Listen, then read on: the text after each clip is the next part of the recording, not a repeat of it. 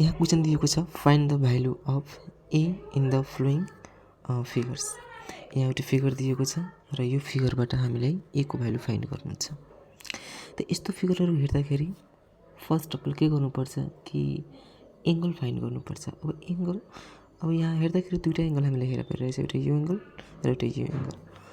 के छ कि अब यो एङ्गलहरू बिचको रिलेसन पत्ता लगाउनुपर्छ कि यो यिनीहरू कोरस्पोन्डिङ एङ्गल हो कि अल्टरनेट एङ्गल हो कि को इन्टेरियर एङ्गल हो कि भर्टिकली अपोजिट एङ्गल हो।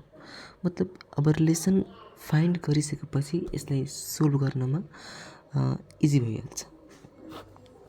त के छ भने यहाँ यो साइड चाहिँ अनि यो साइड छ। त के छ भने यो दुवै एङ्गलहरू जुन छ त्यो जेड आकारमा बनेको छ।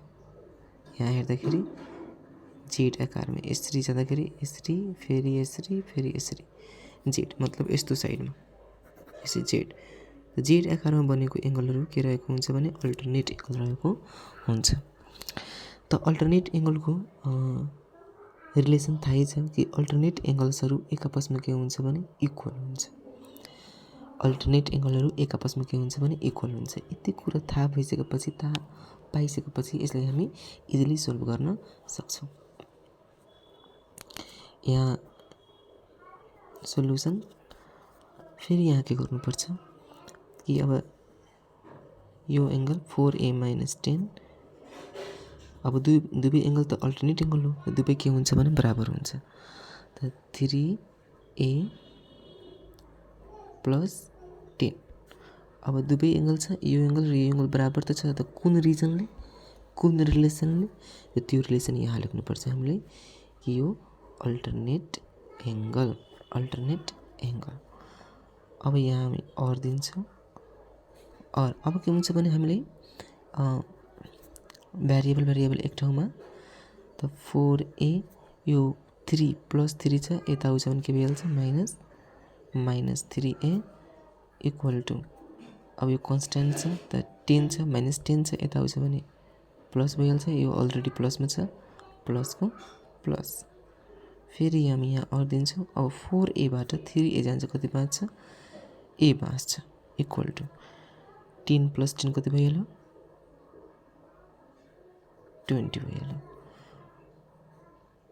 यति क्लियर छ। त a को भ्यालु कति आयो 20 आयो। अब यति एन्सर निकालेपछि यतिकै एन्सर हुँदैन। अब के गर्नुपर्छ a को भ्यालु अब यो एङ्गलमा पुट गर्नुपर्छ, यो एङ्गलमा पुट गर्नुपर्छ। त्यसपछि के लेख्नुपर्छ यहाँ हेन्स 4a - 10 इक्वल टु, अब 4 अनि a केमा छ मल्टिप्लाईमा छ। त 4 इन्टु अब a को भ्यालु कति छ 20 माइनसको माइनस 10 को 10।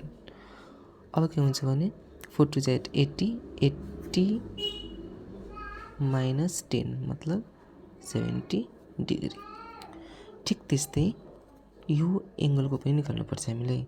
त 3a + 10 इक्वल टु, अब 3 इन्टु a पनि मल्टिप्लाईमा छ, फेरि 20 यहाँ प्लस 10 इक्वल टु 3 × 2 = 60 प्लस 10 कति भइसक्यो 70 डिग्री। अब हामीलाई थाहा थियो कि दुवै अल्टरनेट एङ्गल के हुन्छ इक्वल हुन्छ। त यहाँ 70 यहाँ पनि 70 फाइन्ड भइसक्यो। Thank you. यदि कुनै प्रब्लम भएमा कमेन्ट गर्नुहोला।